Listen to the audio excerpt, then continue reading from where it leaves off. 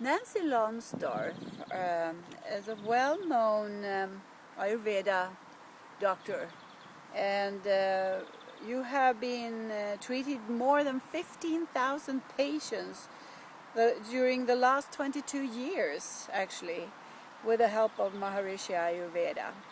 And you have studied this holistic health knowledge both in India and the United States.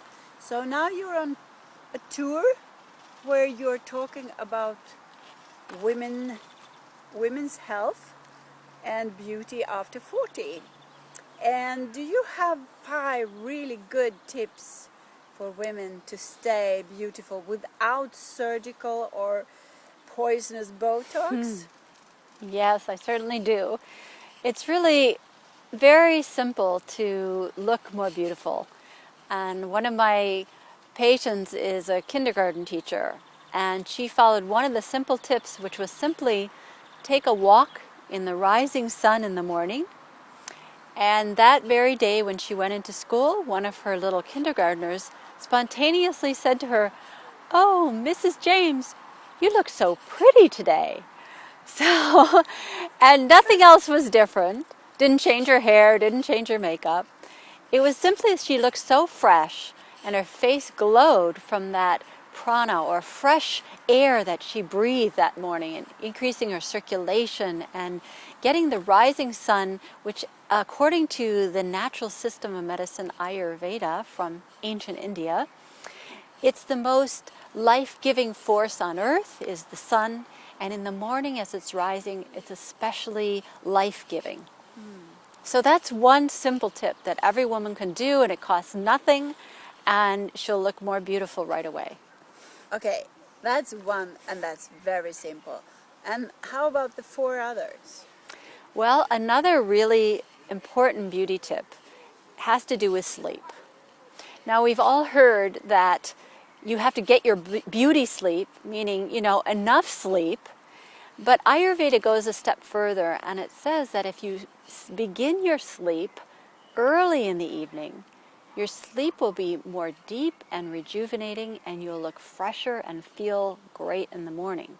And the magic hour is not midnight, like for Cinderella, but actually 10 p.m., 10 o'clock, that you need to be in bed with your lights out, and then you have this deep, restful sleep. And in fact, scientific research is validating this, and it's discovered that if you're asleep for 6 hours before your body temperature is at its lowest, which is around 4 or 4:30 in the morning, then your sleep is more efficient. So this is built on firm science, even though it's a 5,000-year-old bit of wisdom. And simply go to bed early. And most women find that they indeed get to sleep more easily and they sleep more deeply. And you won't believe it when you look in the mirror in the morning.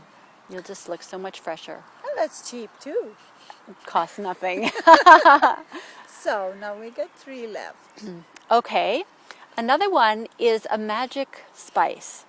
And it's getting a lot of press these days because it's been discovered to be antioxidant and to be pro-immune supporting, and many, many other uses.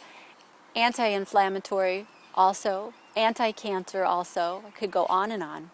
And that spice is an orange colored, we know it as a powder, that's found in Indian curries. And it's called turmeric. And that spice is extremely good for the liver and therefore for the skin, because our liver is cleansing our blood and our blood is supplying our skin. And if our liver is all filled with toxins and impurities, then the blood is impure and it tends to come out through the skin. In fact, the skin and the liver have many of the same enzymes and chemical processes. So to make your skin beautiful, you have to purify your blood and your liver. And turmeric is the best spice for that. You can add a little bit of this powder to all your food during the day, and your skin will be clearer, and you'll be less prone to age spots and all sorts of other kinds of things we don't want on our skin. Okay, so 2 left. Okay, so one other very simple thing that everybody can do has to do with moisturizing the skin with certain types of vegetable oils. And in fact, Sophia Loren stated that one of her beauty secrets was what she called an olive oil bath. And Ayurveda says if we rub this oil, either olive oil or sesame oil, into the skin every day before we take a shower, we rub it in all over. We rub it in with circles over the joints and up and down strokes over the long parts of the body. We use the flat of the hand, so we're really rubbing the oil in.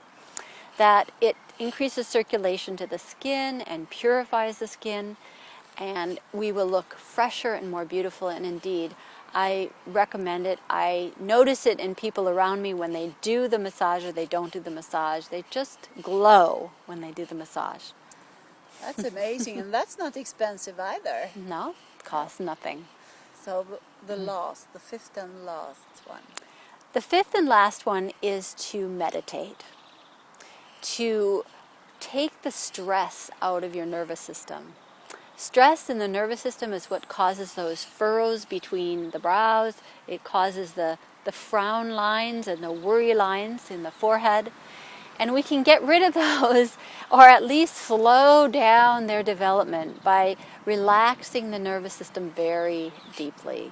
Now, I recommend and practice the transcendental meditation technique, and research has shown that it's very effective at reducing stress and anxiety, and it's very simple and easy to do. You do need to learn from a qualified instructor, and there is a course fee, but they do have certain scholarships and payment plans, and they really try to make it available to as many people as possible. Amazing. That's easy and with no pain. There is another thing that you also addressed during your touring here, and that is women and menopause. That is a sensitive question, and for many women also a terrifying time in their life. Is there anything that Ayurveda says that can ease the effects of the menopause so that women don't have to take estrogen, for instance? Yes, estrogen has been found in research taking it to increase risk of heart disease and strokes and clots and also breast cancer. So hormones are best avoided if possible. And Ayurveda, this natural medicine, teaches us that if the body is basically balanced before this change happens, then one will go through that change more easily. And that really means, getting enough sleep, eating wholesome organic food, lots of fruits and vegetables, drinking plenty of pure water, reducing your stress. When you go into menopause with a body that's basically healthy and in balance, then that transition is easier. And our bodies are really meant to make that transition. We're not meant to fall apart just because our estrogen drops, This is a protective mechanism for us. And if we're in balance and treat our body well, then it will go through that shift much more easily. And it's also said from some people that menopause is not negative for the woman. No, not at all. In fact, it's not so easy on the body to have this loss of blood every month, or even, heaven forbid, if the woman would get pregnant at 75. I mean, that would be very impractical, very unhealthy. So it's just time at that point to spare the body the rigors of monthly cycles and of pregnancy and delivery. It's just time to go to a different phase where a woman is free from that kind of process every month. And in fact, the hormonal shift also frees her mind quite a bit and her emotions, and she becomes more able to be very big thinking and also very spiritual. She doesn't have to take care of people and be so focused on every other person. She can put more attention on herself and what she wants to give to the whole world. So finally she can take care of herself. Exactly. Instead of everybody else. Yeah. But there is also a say that it's the wisdom of menopause we tend to go into. Mm-hmm. Is that anything that is supported by Ayurveda? Yes, it says that naturally around 50 or so, when children are grown and families' responsibilities have tapered down, that it's a natural time for the woman, as well as her spouse, if she has one, to become more spiritual and put more attention on her own inner development, her own personal development. And also, if she's a woman of the world, to give in a generative way, in a nourishing way, to more people throughout the world, and bigger gifts than just to her children. She can now give in other ways. And do you meet a lot of women? Do you see that they are responding on those advices that you give them? Yeah, it's very fulfilling actually, because when people even integrate or try one or two of the recommendations and really do them, they tell me they get great results, you know. They find that their system is getting more balanced. They actually feel healthier, and they know they're doing it in a way that's not causing potential side effects down the line. So, is it right to say that Ayurveda is a way to heal your body like nature? That's beautifully said, yes. Because our body naturally has a healing ability. It has a healing system. And we just need to be more cognizant or aware of what we need to do every day to support that healing system.